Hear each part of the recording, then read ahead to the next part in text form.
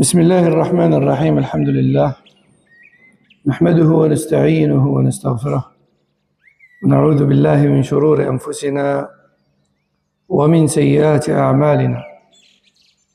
من يهده الله فلا مضل له ومن يضلل فلا هادي له، وأشهد أن لا إله إلا الله وحده لا شريك له، وأشهد أن محمدًا عبده ورسوله صلى الله وسلم وبارك عليه وعلى آله وصحبه أجمعين. يا أيها الذين آمنوا اتقوا الله حق تقاته ولا تموتن إلا وأنتم مسلمون. يا أيها الناس اتقوا ربكم الذي خلقكم من نفس واحدة وخلق منها زوجها وبث منهما رجالا كثيرا ونساء، واتقوا الله الذي تساءلون به والأرحام إن الله كان عليكم رقيبا. يا أيها الذين آمنوا اتقوا الله وقولوا قولا سديدا يصلح لكم أعمالكم ويغفر لكم ذنوبكم، ومن يطع الله ورسوله فقد فاز فوزا عظيما. أما بعد، فإن خير الكلام كلام الله، وخير الهدي هدي محمد صلى الله عليه وسلم، وشر الأمور محدثاتها، وكل محدثة بدعة، وكل بدعة ضلالة، وكل ضلالة في النار. أما بعد، فكنا قد وصلنا في كتاب العقائد الإسلامية للشيخ بن باديس إلى مسألة مهمة، وهي متعلقة بأفعال العباد. وهذه المسألة متعلقة أيضا بالقدر الذي هو الباب الذي سيأتي بعده. قال الشيخ بن باديس: لا يخلق العبد أفعال نفسه، لا يخلق العبد أفعال نفسه.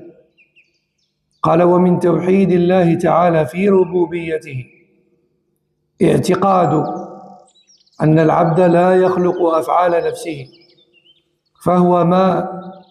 فهو ما لم يخلق ذاته ولم يخلق صفات ذاته، كذلك لم يخلق أفعاله، فهو كله مخلوق لله، ذاته وصفاته وأفعاله، غير أنه يعني الإنسان له مباشرة لأفعاله باختياره، فبذلك كانت أعمالا له، وكان مسؤولا عنها ومجازا عليها، وتلك المباشرة هي كسبه واكتسابه. ما معنى هذا الكلام كله؟ معناه أن من توحيد الله في ربوبيته أن نعتقد أن الإنسان لا يخلق أفعاله بنفسه، فكما أنه لم يخلق نفسه ولم يخلق صفاته مثل السمع والبصر، فكذلك لم يخلق أفعاله. هذا هو. فالله عز وجل خلقنا وخلق صفاتنا البدنية والمعنوية، وخلق كذلك أفعالنا، كما قال تعالى: خلقكم وما تعملون. فبعض الناس، بعض الطوائف اللي ما تتبعش الرسول صلى الله عليه وسلم وأصحابه، مثل القدرية مثلا، يقولوا بأن الله عز وجل مش هو اللي خلق الأفعال تاعنا، وأن الإنسان هو اللي يخلق الأفعال تاعه، وأن الله لم يقدر شيئا. يعني هذا كله مش من المكتوب، حضورنا غير مقدر عند هذا الناس قدرية. يقولوا ربي ما قدرش أننا نجو هذا المكان، وما قدرش أننا نتكلموا، وما قدرش أننا نصلوا. بل والمعتزلة يقولوا أن الله لا يعلم الشيء قبل وقوعه. هذه فرقة واحدة أخرى يقولوا بأنهم مسلمون لكنهم يعني ما همش على طريقة الرسول صلى الله عليه وسلم. هذا المعتزلة يقولوا بأن الحاجة لما تصرى هذا وين يعلم بها رب العالمين الآن، قبل ما تصرى ما كانش عالم بها، مع أنه هو اللي خلقها سبحانه وتعالى. مع ذلك يقولوا لا يعلم الله الشيء حتى قبل وقوعه. هذا المعتزلة. فالمهم هذه المسألة مهمة جدا لأنه ضل فيها بعض الفرق المبتدعة مثل القدرية والجبرية والمعتزلة. القدرية قالوا ما كانش قدر، والجبرية قالوا كاين قدر بصح انت ما عندكش اختيار، انت مجبور. والمعتزلة قالوا الله لا يعلم شيئا قبل وقوعه، وهذا قاع ضلال، لأن الله عز وجل يعلم كل شيء، وهو اللي قال إن كل شيء خلقناه بقدر، وهو اللي قال إنا أنزلناه في ليلة القدر. فكل شيء مقدر. Donc, on est arrivé à un point très important dans l'Aqida, qu'on trouve dans tous les livres de l'Aqida. Et ce point est important parce que c'est un point dans lequel se sont égarés beaucoup de sectes, comme le Qadariya d'un côté, dans un extrême, à l'autre extrême, le Jabriya, et même le Mu'tazila aussi, se sont égarés dedans. Quel est-il ce sujet? Ce sujet, c'est celui du caractère créé ou non des actions de l'être humain. Est-ce que ce que nous faisons au quotidien, quand tu manges, quand tu bois, quand tu marches, quand tu parles, quand tu pratiques ta religion, quand tu agis en fait, est-ce que ces agissements, ils sont créés par Allah ou pas? Et Allah Azza wa Jalla dans le Coran, il a clairement dit, c'est Allah qui vous a créé ainsi que ce que vous faites. Et il a également dit, nous avons prédestiné toutes choses. Et il a également dit, innama amruhu idha qada amran an yaqula lahu kun fayakun. Lorsqu'Allah décide d'une chose, il lui suffit de lui dire soit et elle est. Et Allah dit, khaliqu kulli shay. Allah est le créateur de toutes choses. Pourtant, dans ce sujet-là, certaines mouvances se sont égarées. Et c'est pour ça que les savants de la Sunna, depuis la génération de la fin des Sahaba, depuis la génération de Abdullah bin Omar, Abdullah bin Mas'ud, depuis l'époque de la fin des Sahaba, ce sujet a fait du bruit. Parce que la secte de l'Qadariya a fait son apparition à ce moment-là. On trouve d'ailleurs des hadiths, dans Sahih Muslim par exemple, dans l'introduction de Sahih Muslim, on trouve que deux hommes d'Irak sont venus faire le Hajj et leur deuxième objectif le plus important c'était de rencontrer Abdullah bin Omar, le compagnon. Et ces deux hommes-là, ils disent, on s'est mis de part et d'autre d'Abdullah bin Omar, un à droite et un à gauche, et on lui a dit à Abu Abdurrahman. Abdullah bin Omar, sa kunya, c'était Abu Abdurrahman. Ils lui ont dit à Abu Abdurrahman, chez nous en Irak, il y a un mouvement qui a fait son apparition. Et ce mouvement dit qu'il n'y a pas de qadar. Et que rien n'est prédestiné avant qu'il arrive. Et Abdullah bin Omar a dit, quand vous allez retourner en Irak, dites à ces gens-là que je me désavoue d'eux. Et que quiconque dépense dans le sentier d'Allah l'équivalent de Uhud en or, en sadaqa, Allah n'acceptera pas de lui jusqu'à ce qu'il croie au qadar. Alaykoum salam wa barakatuh. Et il a dit, وَالْقَدَرُ أَن تُؤْمِنَ أَنَّ مَا أَصَابَكَ لم يكن ليخطئك وما أخطأك لم يكن ليصيبك. Il a dit, et le qadar, la foi au qadar, c'est que tu sois convaincu que ce qui t'est arrivé, tu ne pouvais l'éviter. Et que ce que tu n'as pas pu obtenir, tu ne pouvais l'obtenir. Et que ce que tu as réussi à éviter, il ne pouvait te toucher. C'était prescrit. Mais une fois que ça arrive, ou pas, là tu peux être convaincu de ce qui était noté. Parce que l'heure est arrivée, certaines choses se sont produites et d'autres pas. Désormais, tu peux dire que à cette heure-ci, ça c'était prédestiné à arriver et ça, c'était pas prédestiné à arriver. Donc, à la fin de l'époque des Sahaba, la secte de l'Qadariya avait déjà fait son apparition en Irak. Et subhanallah, l'Irak et la Syrie, ce sont des territoires où c'est le berceau des sectes. C'est là-bas que la plupart des sectes ont vu le jour. L'Irak, le Sham.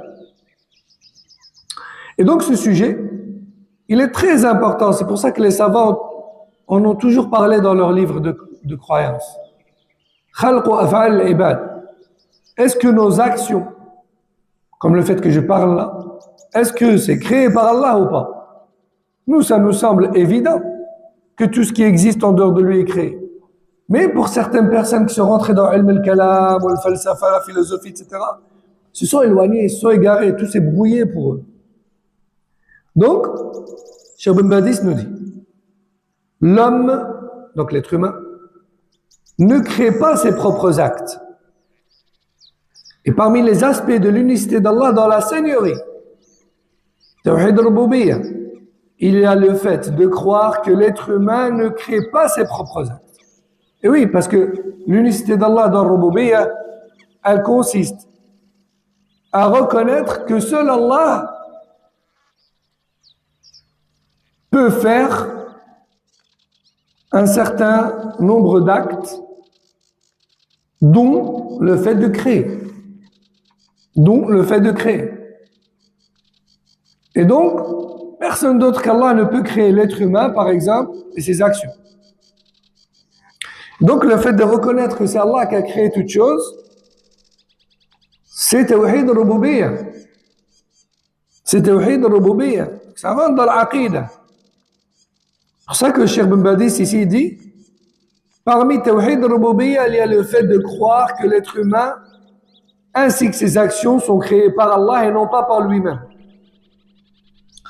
De même que l'être humain ne s'est pas créé lui-même, ni ses propres caractéristiques, eh bien pareil, il n'a pas créé ses propres actes.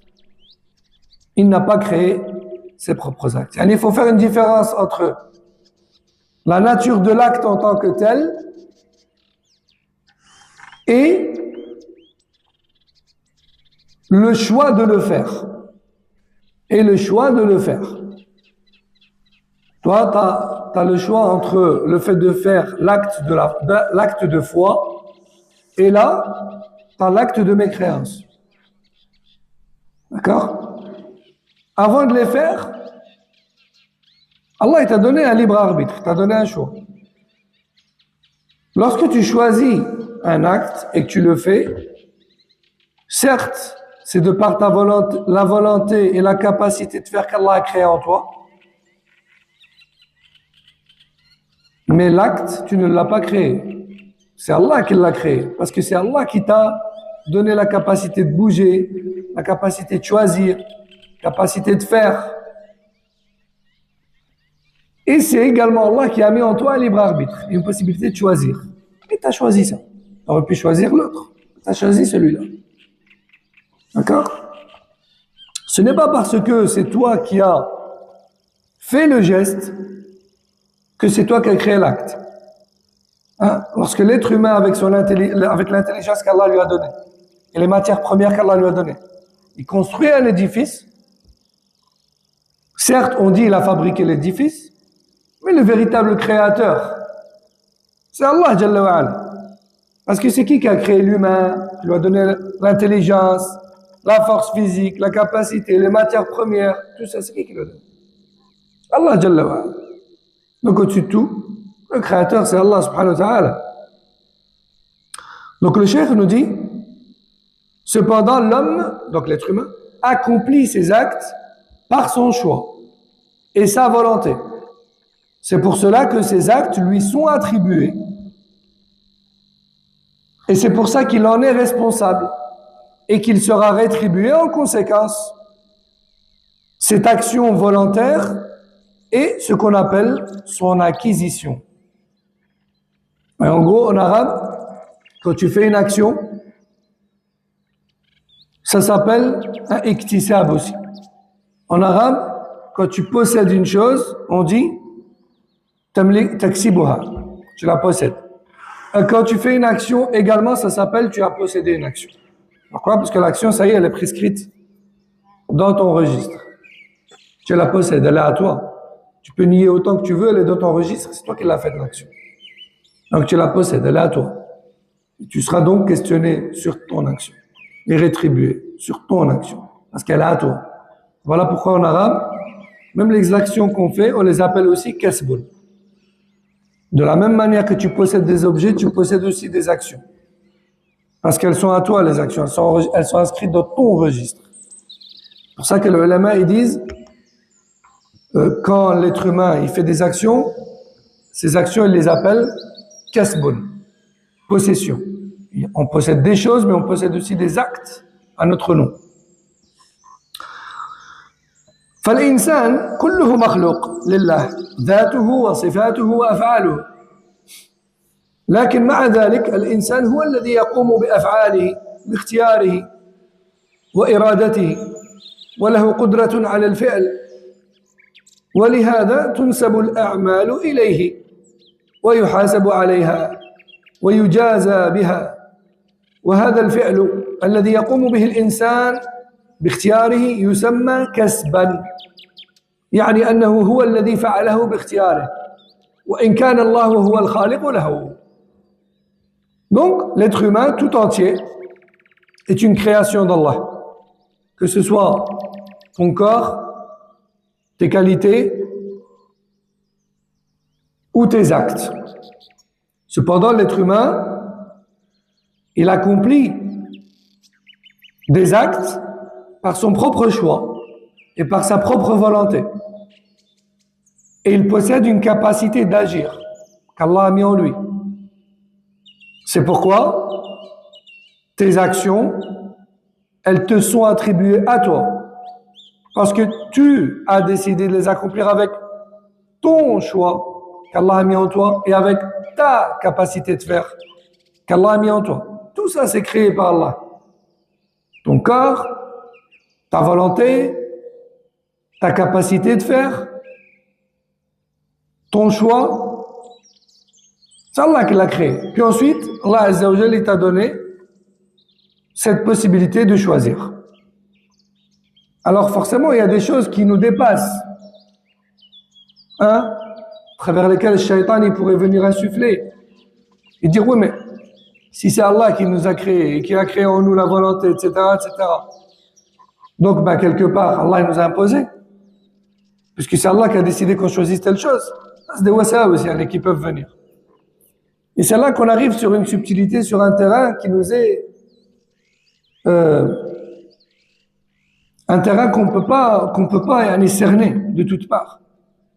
On arrive à un moment donné dans un domaine qui est celui d'Allah Jalla wa Ala, sur lequel on n'a pas de visu. Allah subhanahu wa ta'ala, il a créé en nous une volonté, un libre arbitre. Et il nous a donné la possibilité de choisir.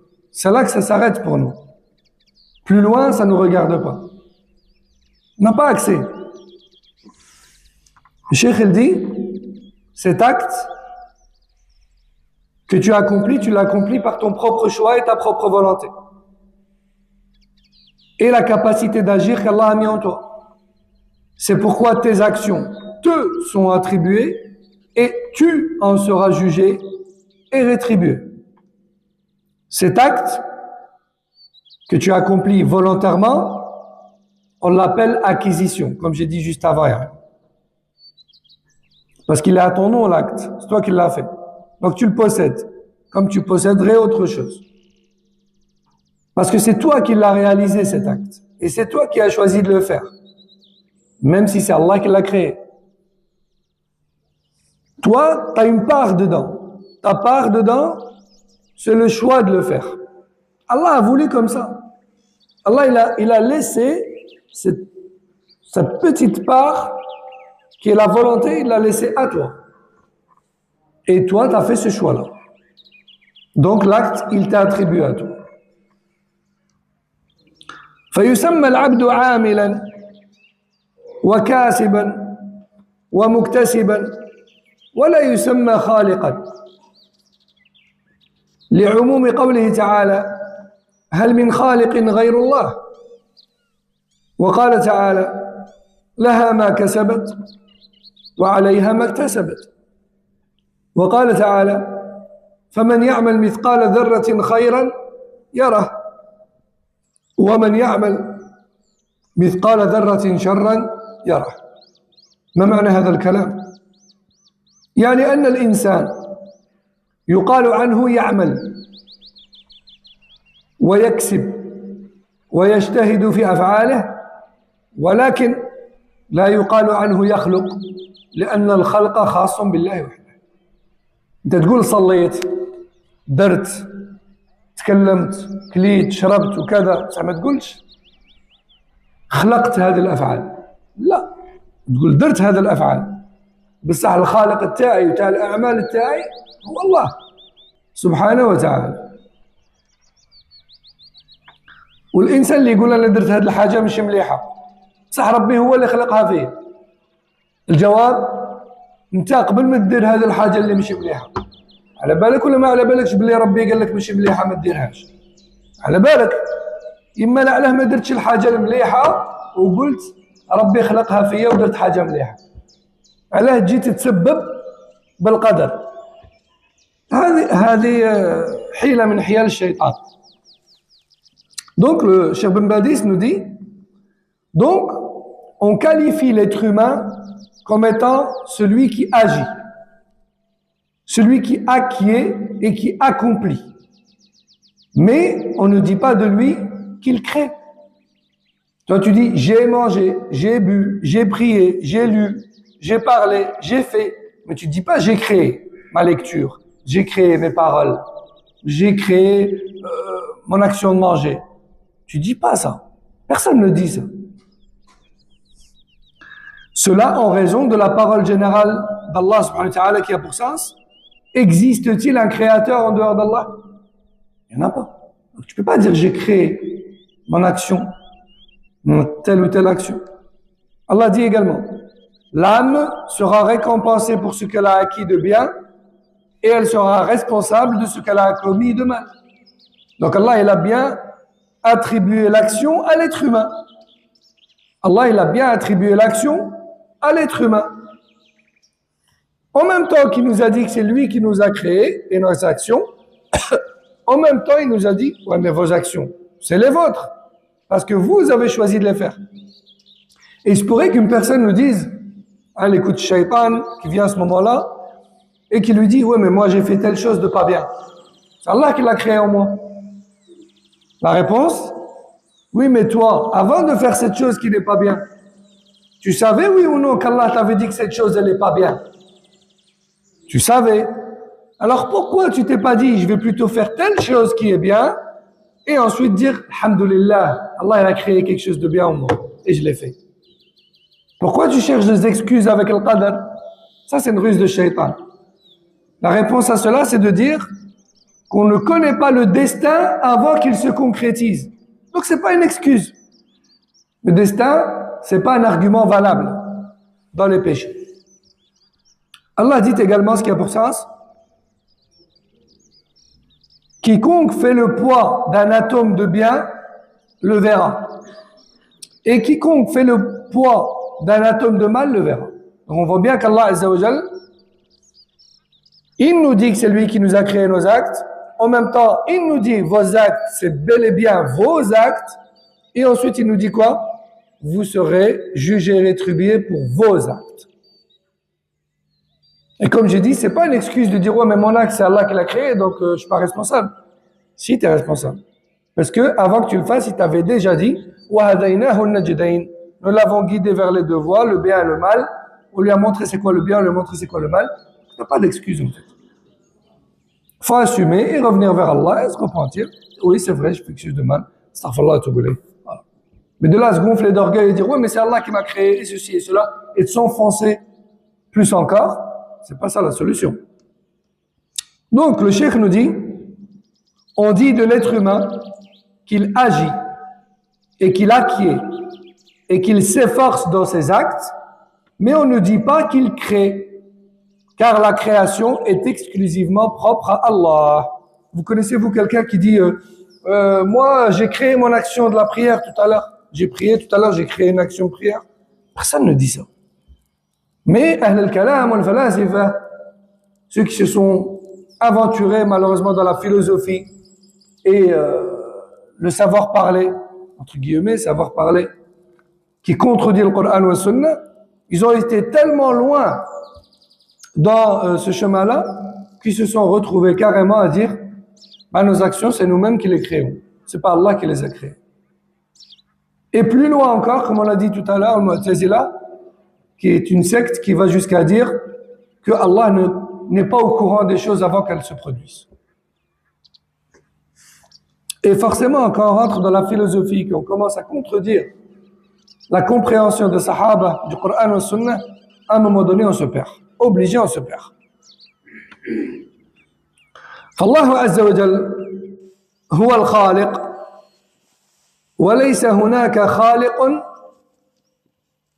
غيره كما قال تعالى هل من خالق غير الله أما الإنسان فله أعماله التي يقوم بها وله ما يكسبه من خير أو شر كما قال تعالى لها ما كسبت وعليها ما اكتسبت وكل عمل يقوم به الإنسان ولو كان صغيرا جدا فإنه سيحاسب عليه ويراه كما قال تعالى فمن يعمل مثقال ذرة خيرا يره ومن يعمل مثقال ذرة شرا يره. Donc Allah subhanahu wa ta'ala, il est le créateur et il n'y a pas d'autre créateur en dehors de lui. Et comme je disais juste avant, et je le répète, ce qui a mené certaines sectes à dire carrément ben c'est moi-même le créateur de mes actes et pas Allah, c'est la philosophie. Ils sont partis loin dans des raisonnements philosophiques qui n'appartiennent pas à l'islam, qui n'appartiennent pas au Coran, qui n'appartiennent pas à la Sunna. Beaucoup de gens ils viennent et ils disent oh mais ces sectes-là ils sont bêtes ou quoi? Pourquoi ils sont partis dans ce délire-là? C'est pas qu'ils sont bêtes à la base, c'est qu'ils se sont laissés emporter dans un mouvement qui a peu à peu brouillé leur clairvoyance. Ils ne voyaient plus les choses à travers la révélation d'Allah, mais plutôt à travers la réflexion et l'opinion personnelle des êtres humains. C'est ça qui les a menés à ça. Ils ont des arguments, ils ont des explications, mais qui contredisent le Coran et le Sunna. Et si tu parles avec eux, ils vont te convaincre, hein. Ils vont partir loin dans la philosophie, ils vont te donner des logiques. Mais ce ne sont pas la parole d'Allah et de son messager. Donc, ce n'est plus de l'islam en fait. Donc, le cheikh nous dit Allah est le créateur et il n'y a pas d'autre créateur en dehors de lui.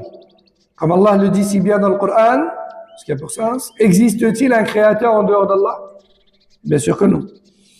Quant à l'être humain, eh bien, il a ses actions qu'il accomplit et il récolte ce qu'il acquiert, comme bien ou comme mal. Comme Allah dit dans le Coran, ce qui a pour sens, l'âme aura ce qu'elle a acquis et elle sera responsable de ce qu'elle a commis. Et toute action que tu accomplis, même si elle est très petite, eh bien, tu en seras jugé et tu la verras yawm al-qiyamah. Comme Allah le dit dans Sourate Az-Zalzala, quiconque fait le poids d'un atome, ça c'est tout petit, hein, c'est la plus petite fraction qu'il puisse avoir, un atome. Ne serait-ce que le poids d'un atome de bien le verra. Et quiconque fait le poids d'un atome de mal le verra. Nous, on a la conviction qu'on verra à l'œil nu toutes nos actions, même jusqu'aux plus petites d'entre elles. Et pourquoi il cite tout ça? Revenons au sujet de base. En fait, il ne s'est pas écarté du sujet, il n'est pas sorti du contexte. On parle toujours du fait que les actions de l'être humain sont bel et bien ses propres actions, qu'elles sont affiliées à lui et qu'il en est responsable et qu'il en sera questionné, même si c'est Allah qui l'a créé et ses actions. Pourquoi? Parce qu'Allah, il a créé tes actions, il a créé ta volonté de faire, ta capacité de faire, et aussi autre chose, une volonté et un libre arbitre en toi. Et toi, avant de faire la chose, tu ne sais pas encore ce qui est écrit dans ton destin. Donc tu peux très bien choisir le bon chemin et faire la bonne action, au lieu de faire la mauvaise et après l'utiliser comme excuse. Ouais, mais c'était le destin. Tu connaissais toi le destin avant de le faire? Personne ne connaît son destin à l'avance. Donc fais le bien et dis c'est le destin. Fais pas le mal et tu dis c'est le destin. Omar ibn al-Khattab, radhiyallahu anhu, lui ou un autre compagnon, ma mémoire me fait défaut, un jour il s'est trouvé face justement à une personne qui avançait comme excuse le destin. Il lui a mis une gifle. Et l'homme s'est plaint. Il lui a dit, pourquoi tu m'as giflé? Il dit, c'est le destin. Ah, c'est le destin. Et l'homme n'était pas content. Il lui a dit, tu vois, t'es pas content. Pourtant, c'est le destin. Et là, on peut vraiment dire que c'est le destin, parce que ça y est, c'est arrivé. Donc là, on est sûr que c'était écrit. C'est le destin. Alors, qu'est-ce que tu en penses de ce destin? Fais le bien. Fais le bien et attends le bien. Tu fais le mal, après tu dis c'est le destin. ثم قال الشيخ بن باديس للعبد اختيار ومن توحيده تعالى في الربوبية اعتقاد أن العبد لا يخرج في جميع تصرفاته عن مشيئة الله غير أن له اختيارا يجده بالضرورة من نفسه ومشيئة يجدها ومشيئة يجدها كذلك فيما يمكنه من أفعاله كان بهما مكلفا ثم هو لا يخرج بها عن مشيئة الله لقوله تعالى وما تشاءون إلا أن يشاء الله إن الله كان عليما حكيما وقال تعالى وما تشاءون إلا أن يشاء الله رب العالمين بمعنى أن الله عز وجل خلقنا وخلق الصفات تاعنا يعني كيفاش دايرين حنايا وخلق الأعمال تاعنا وخلق فينا قدرة على الفعل وخلق فينا كذلك اختيار أعطاك الاختيار يعني أنت في حياتك لما تجي وقدامك زوج تاع الأمور ندير هذه ولا ندير هذه أعطاك الاختيار يعني ما راكش مكتف وتروح للذنب أعطاك اختيار أنت اصبر واتق الله وخير المليحة ماشي تدير يعني كما نقولوا حنايا يعني تكرفسها ومن بعد تقول القدر لا أعطاك اختيار فالإنسان رب العالمين أعطاه اختيار ومهما خيرت مهما كانت الحاجة اللي خيرتها ما غاديش تقدر تديرها بدون مشيئة الله عليها لما نبغوا نديروا حاجة نقولوا غادي ندير هذه الحاجة إن شاء الله لأن بدون مشيئة الله ما غاديش تقدر تديرها تحتاج إلى مشيئة الله تبارك وتعالى كما قال تعالى وما تشاءون إلا أن يشاء الله أنت راك باغي تدير هذه الحاجة وراك دير الأسباب خلاص راك درت الأسباب بصح باقي لك حاجة باش تتحقق وهي مشيئة الله إذا ما بغاش ربي ما غاديش توصل لها وإلا بغى ربي توصل لها شحال من واحد وجد الحج ووجد الدراهم وجد الفاليزة تاعه وكذا وكذا، ولا في الدقيقة التالية قدر الله مش عارف ما راحش يحج، راحت عليه الطيارة، أمرض، صار له أكسيدة إلى آخره. فأنت تدير الأسباب وتخير الحاجة اللي باغي تديرها، بصح هذه الأمور كاع كي تديرهم تبقى لك حاجة مشيئة الله، بدون مشيئة الله ما كان والو. هذه هي العقيدة الصحيحة، هذه هي العقيدة تاع رسول الله صلى الله عليه وسلم والصحابة. وما تشاءون إلا أن يشاء الله، إن الله كان عليما حكيما، يعني يعلم كلش وحكيم، هو على باله علاش يوفقك هنا وما يوفقكش هنا، هو يعرف علاه. ما تقولش اودي علاه ومنا وانا وجدت روحي ودرت، قدر الله مش فعل. هو قال لك ان الله كان عليما حكيما، هو عارف علاه، ما تقولش علاه، قول قدر الله. وكذلك وما تشاءون الا ان يشاء الله رب العالمين، هو الرب، هو اللي يتحكم في الكون، هو اللي يدبر الكون، مش انت تقول له واش يدير. هو قرر انك هذه غادي توصل لها وهذه ما توصل لهاش، هو عارف علاه. ما تجيش انت تقول علاه ما انا ما ننجحش، على الاخرين ينجحوا ولا ما ننجحش، ربي عارف علاه. ان الله كان عليما حكيما، وهو رب العالمين، يعني هو اللي يسير الكون. دونك Cheikh Ben Badis nous dit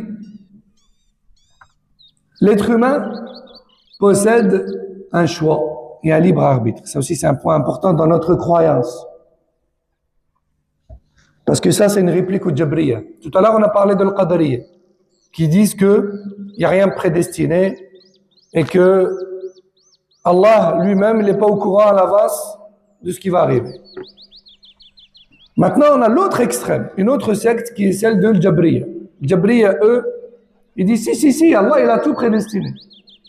Au point où il nous a donné aucun choix. Tout ce qui t'arrive dans ta vie, tout ce que tu fais, ça t'est imposé. Même les péchés? Oui, même les péchés. Donc Allah, il m'impose des péchés que je fais sans choix et après il me châtie pour ça.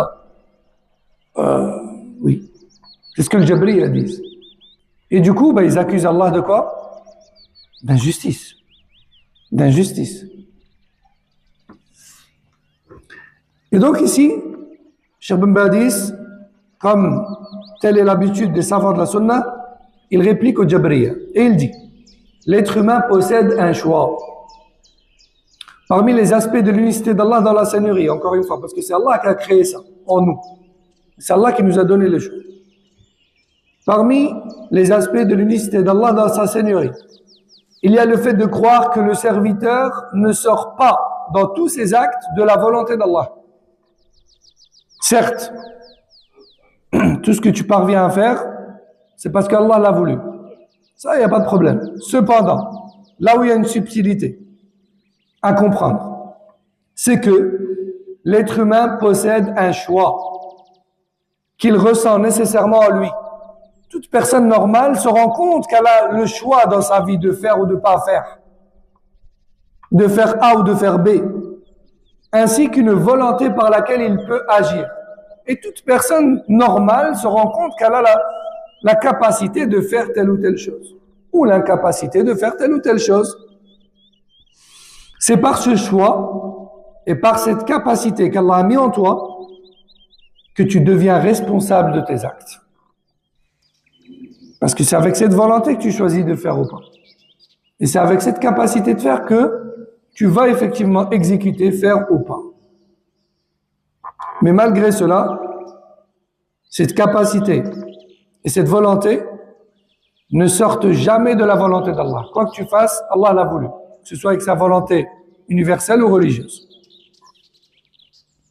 Allah dit dans le Coran, ce qui a pour sens: vous ne pouvez vouloir que si Allah veut. Certes, Allah est omniscient et sage. Et remarquez le nom là. Allah ne cite jamais de nom pour rien. Hein. À la fin des versets, Allah choisit toujours les noms qui correspondent au contexte du verset. Toujours. Ici, il dit: quoi que vous fassiez, Vous n'y parvenez que si Allah le veut bien. Et Allah est omniscient, c'est-à-dire il sait tout, et sage. C'est-à-dire qu'il y a une sagesse dans le fait qu'il vous permette de réussir à faire ça, ou que vous ne réussissiez pas à faire ça. Lui, il sait pourquoi. C'est pour ça qu'il a stipulé ces deux noms-là, omniscient et sage. Donc, quand tu fais tout pour parvenir à un but, mais que tu n'y arrives pas, dis pas, oh là là, pourquoi j'y arrive pas? Tu dis, qaddar Allah, ma sha'a fa'al. Lui, il sait, moi je sais pas. Lui, il est omniscient et sage. J'ai essayé. Allah, il m'a peut-être protégé d'une chose. Alhamdulillah. Et Allah dit également, vous ne pouvez vouloir que si Allah, Seigneur des mondes, veut. Et donc là, remarquez, encore une fois, il n'y a rien qui est dit au hasard. Tout à l'heure, il a fait allusion avec les deux noms, omniscient et sage. Et ici, encore une fois, il dit, vous ne pouvez vouloir que si Allah, Seigneur des mondes, veut. Donc, il fait allusion à la Seigneurie. C'est Allah qui t'a fait, et qui a fait tes actions, et qui a fait ta volonté de faire, et qui a fait ta capacité de faire. Et lorsqu'Allah, il les fait pas réussir, il les fait pas aboutir, ça fait partie de sa gestion du monde et de l'univers. Il est le Seigneur, c'est lui qui te gère. Est-ce que tu fais? Lui, il sait pourquoi. Il t'a fait arriver à ton but là, mais pas là. C'est comme ça qu'il faut voir les choses.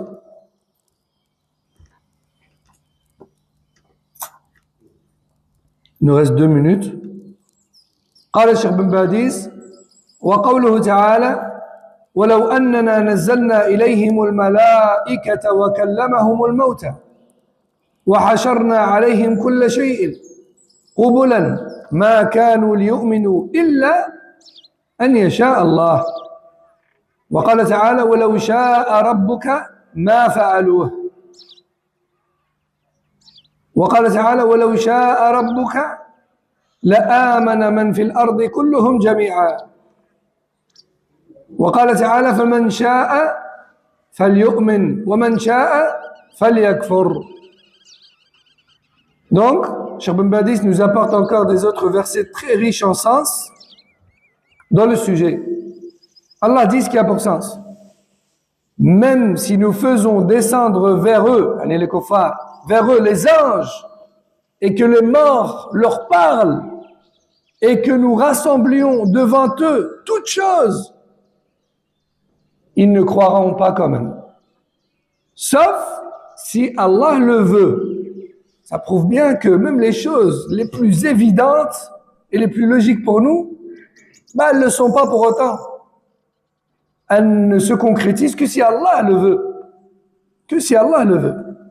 Dans un autre verset, si ton Seigneur avait voulu, il ne l'aurait pas fait. Donc, ce qu'ils ont fait, c'est parce que ton Seigneur l'a voulu. Donc, ça prouve bien que l'être humain, il a une volonté, une capacité, un choix de faire, mais ça se concrétise que si Allah le valide par sa volonté, sinon non. Dans un autre verset, si ton Seigneur avait voulu, tous ceux qui sont sur la terre auraient cru, tous ensemble. Non, mais il y a une sagesse derrière. Ou encore, que celui qui veut croire et que celui qui veut, croire, croit, et que celui qui veut mécroire, mécroit. Mais sachez que derrière ça, un châtiment est préparé pour les injustes. Donc ce verset est clair pour dire que vous avez le choix. Je vous donne le choix. Là, il y a le bon chemin, là, il y a le mauvais chemin. Choisis ce que tu veux. Mais ça, n'oublie pas ce qu'il y a derrière. Ça prouve qu'il y a le choix. Et non pas comme la secte de l'Jabri a dit, que l'être humain, il n'a aucun choix. Tout ce qu'il fait de bien ou de mal, il est excusé. Ça lui est imposé, il n'a pas le choix. Ça, c'est faux. Et donc, on termine avec ça. Ainsi, l'être humain possède un choix et une volonté réelle qu'il ressent lui-même. Et toute personne normale, elle reconnaît ça. On ressent une volonté en nous de faire ou pas. C'est pour cela que l'être humain est responsable et soumis aux obligations. Cependant, ce choix que tu as en toi ne sort pas de la volonté d'Allah. Tout ce que tu veux accomplir, tu n'y parviens que si Allah le veut bien, que si Allah le valide par sa volonté. هذا والله أعلم وصلى الله وسلم وبارك على نبينا محمد وعلى آله وصحبه أجمعين. سبحانك اللهم وبحمدك أشهد أن لا إله إلا أنت استغفرك وأتوب إليك. السلام عليكم ورحمة الله وبركاته.